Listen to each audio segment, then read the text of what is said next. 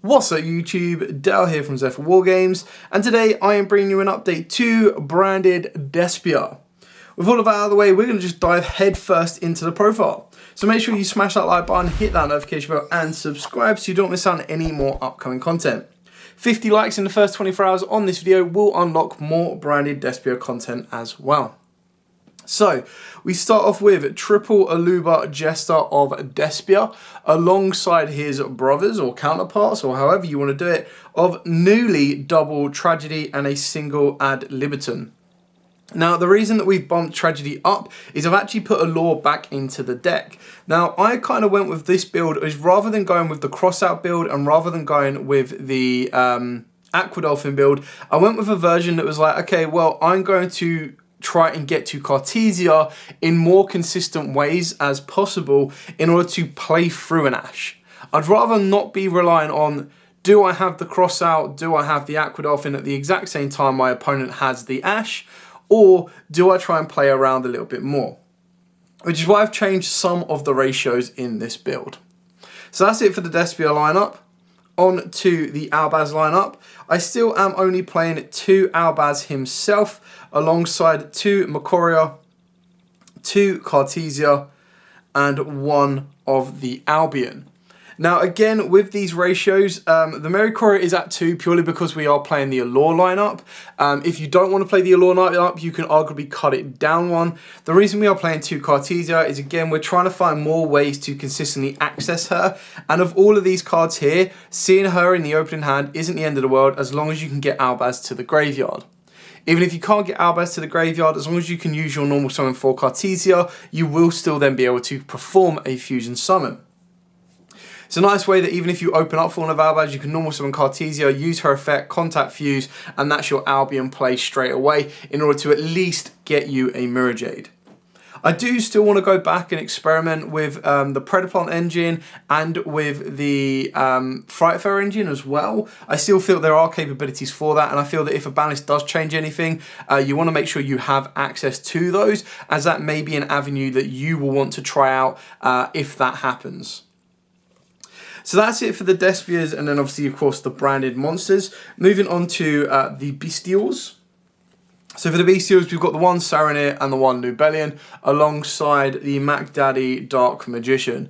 Now, I'm still not the biggest fan of having Dark Magician in the deck, but I understand why you need it, and that's because Dragoon is just too good in the meta. Now, I feel that if Kashtiras kind of fall out of place a little bit, then Dragoon can kind of become a little bit less relevant. Now, if you do not have access to Dragoon, the next card that I would actually advise you to look into, which is a lot cheaper to do, is I would go and pick up 1 darkworld structure deck, and I would be playing the Grepher. Now, the reason I would say to do something as crazy as that is Dragoon is like £25, whereas 1 structure deck or 1 darkworld structure deck is a heck of a lot less. And then the Grepher Dragon will be able to provide you with that negate for the ideal scenarios that you're looking for, which is like Nibiru and stuff along those lines. So it really comes down to what you're facing and what you have access to. So I'm just giving you another option so that if you're like, oh, I can't afford Dragoons, what else could I play? Well, again, you can put Grepher in the place of Dark Magician. It does the exact same thing. You can still fusion deployment it out. You can still send it off of the Gagrulion. You can pretty much do it everything you need to. You just don't get an untargetable boss monster. You get a boss monster that changes the effects in replacement for discarding a card. So something to consider if you don't have access to Dragoon. Then moving on to the hand trap. So again, I made a bit of a judgment call on this one, and I cut Ash down to 2. Now I know you're going to be like, whoa, why the hell did you do that? Well, the reason I cut Ash down to 2 is because I wanted to kind of demo out a different ratio, and I wanted to main deck 2 Book of Eclipse and 2 Enemy Controller. Now, the reason I did this is I felt going first, I was already in a strong position as long as I didn't get ashed. If I did get ashed, then my board is still pretty much open for my opponent to try and pull it apart. And that's where something like Econ came in and Book of Eclipse would come in. More so Book of Eclipse for the cash matchup, because then I can flip my monster the next turn and continue to make my plays. And the Econ was in here because if I did run into a matchup where they were main decking Ibli, whether that be the Mathmet matchup or whether that be a Kashtira matchup, I needed to make sure that I was able to still play, because you cannot afford to be running a Link Aribo in your extra deck, and as soon as you make that summon, your Branded Fusion is offline, which is where the fallback of normal summon Cartesia comes into play. But again, keeping in mind, you'll still need access to that Link monster. So rather than putting that Link monster in my extra deck, I put it in the main deck. Sorry, I didn't put it in at all. I put Econ in the main deck. And the reason I did that is, again, it was a really good card going second. It let me dodge Imperms and Veilers on stuff like Alubas and the Lubellions. It also then gave me the ability to steal one of my opponent's monsters, which in course could have been a Rise Heart. It could have forced into a Fenrir. It could have been a Shangri-La. It could have been a lot more that would have been able to kind of switch the positions of everything I needed. It would also then be able to bait out a Mirror Jade, because if I was attempting to steal my opponent's Mirror Jade, that would cause them a lot of issues.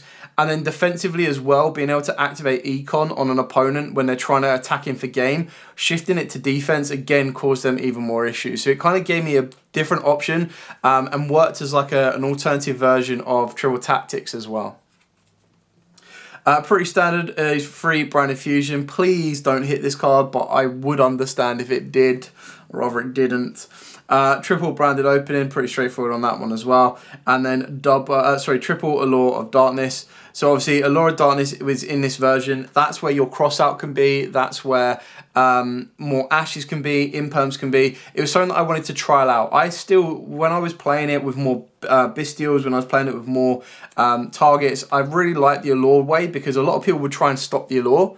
And even if they said, nah, I know what you're playing, I'm going to wait for your Branded Fusion, you could still Allure, banish the Mirror Courier, or search out the Mirror Courier, and then you were still good to go, and it protected you from Ashes and everything else as well. So there were more ways where you wanted to kind of save your Branded Fusion, because you know the second in this deck that you activate Branded Fusion, you're basically saying to your opponent, if you have Ash, you have it, and if they use it and drop it then, you're in big trouble. Whereas you kind of want to be able to use all of your resources first before you even consider using Branded Fusion, and then do it.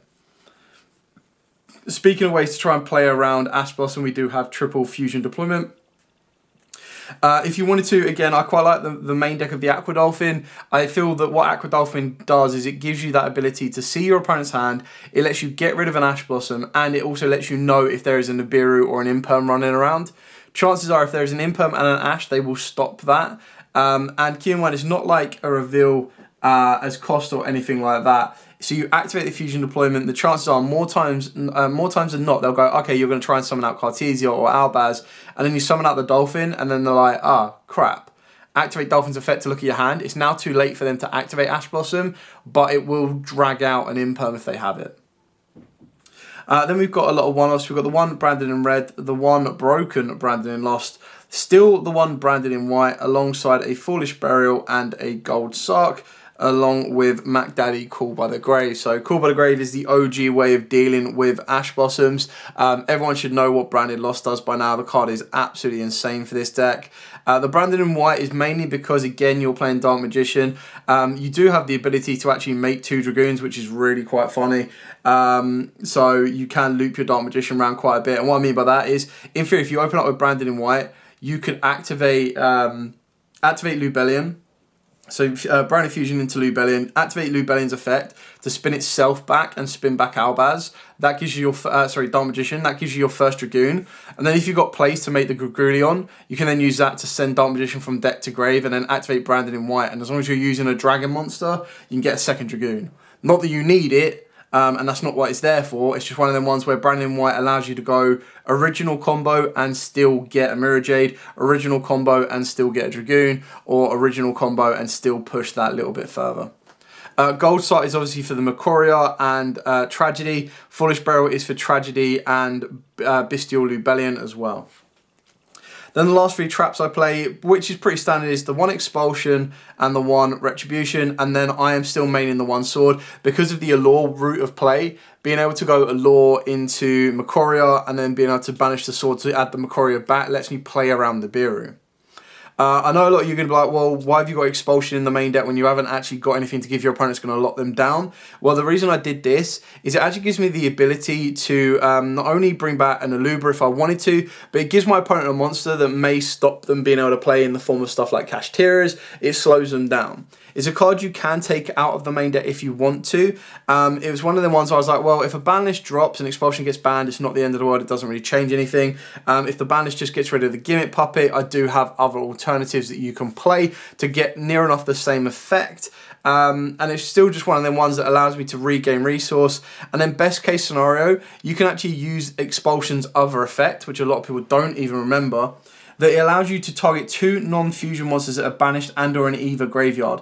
Special on both to one on each field. But if you tributed a fusion monster that mentions Albaz, which 9 times out of 10 when you're actually doing that, you can bring both of them back to your field instead. And that's going to be able to give you back an Albaz and an Aluba. So you search out a branded fusion spell, or ideally branded fusion for the next turn, and you can also use Albaz to technically contact fuse.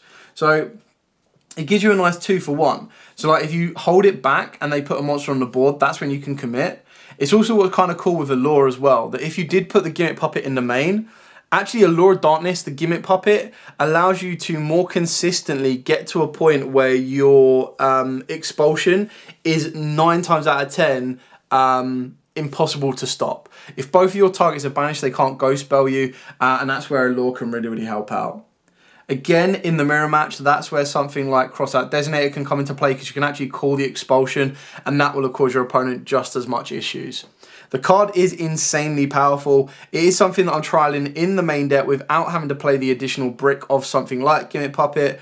But like I mentioned at the start, because we are playing the Allure of Darkness, you can very easily put the Gimmick Puppet in, whether you want to bump this deck up to 41 or not. I just wanted to play carefully that I wasn't building a deck that was so reliant on Expulsion when it could be banned within the next 2 to 4 weeks, in my opinion. Moving on to the extra deck, we are playing 2 of Mac Daddy, Super Shiny Mirror Jade, and the 1 Dust Dragon. Now, I refuse to get a second Starlight Dust Dragon for the fact that my opponent will, if they are playing cash, will try and cash it out. So that part I am not doing as yet. I am slightly tempted to get a second Cartesia just to keep it along the max rarity line, but it is what it is. These are all pretty standard on that one. Then for the other Albaz targets, of course, we've got the 2 Albion, pretty straightforward on that. 2 Lubellion, and again, I keep bouncing back between 1 and 2 Lubellion. And the reason for that is, when you play 1, a smart player, when they are targeting cards off of the back of something like Mind Hacker, go for the Dust Dragon or go for the Lubellion, if they're only at 1. If Lubellion's at 2, they'll go for the Dust Dragon. If Lubellion's at 1, in my opinion, I would personally take out the Lubellion, because straight away that makes it so much harder to get 2 Darks to the graveyard. Whether you're trying to send a Tragedy and an Albaz, or an Albaz and a Gimmick Puppet, anything like that, it puts a target on its back.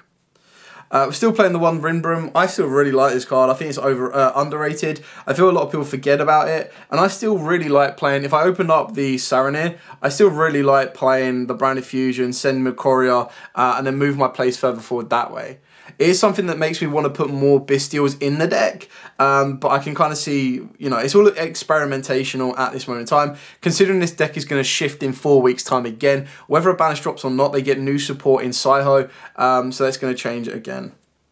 The 1 Quiteris, the 1 Masquerade, Draxtapelia, Guardian Chimera, Elemental Hero, Storm Neos. This is obviously for the side deck with... it can very well be Aquaneos if you want to, but it's a side deck for your Air Neos and Aqua Dolphin as well. And then finally we have 2 Dragoons. Again, it's going to be so nice to put this back down to 1. The only reason we are playing 2 is because of Kashtira. Kashtira, if you only have 1 Dragoon in there, they will target it like no tomorrow and get it out. So yeah, be very, very careful. One thing to note as well, and I experienced this at YCS, I didn't do it, it was one of my opponents, but or one of my people that I was watching play. In Kashtira's, you've got to be very, very careful trying to go into your Dragoon if they've got Birth Up, because if you activate Branded Fusion, you have to go Lubellion first, and then when you do that, they'll then be able to chain. So you'll go Chainlink 1 Lubellion, and they'll go, okay, cool, Chainlink 2 Birth, target 3 in the graveyard, Dark Magician, Albaz, and either the card you discarded or the Brannded fusion. Now, by banishing them face down, you can't use them as fusion material, so it means you're not going to be able to go into Dragoon. So please make sure that if they have Birth face up and you can't get rid of it and you still want to make that play, that you have another card on the board, because the worst thing you want to do is for Lube Bellion to just fizzle. That will suck. Anyway, I hope you've enjoyed this. I hope it's given you a couple of ideas of adapting your own build. Most of these builds, unfortunately, for Brannded at the moment are becoming same, but slightly different. I'm trying to make different techniques. I'm trying to make different play styles for the deck. I'm trying to give it something that when you do turn to locals and you activate a card, it's not like telegraphed exactly how it's going to play out, so your opponent knows exactly when to interrupt you. You want to kind of come up with a tech or a play or a route, which is what I'm trying to do with Econ, where if they go, okay, cool, in Permaluba, you go, all right, chain Econ, get rid of it, and then play from there. Now, obviously, keep in mind that if they're doing that, they need to have a monster that you can steal, but it still kind of gives you that way to try and play around it, and gives you the balance of cards for going first and going second. Anyway, thank you so much for watching. If you do have any questions at all, like I said, please put them in the comments down below. I'll be more than happy to answer them for you. But as absolutely always, guys, stay safe, and of course, happy dueling.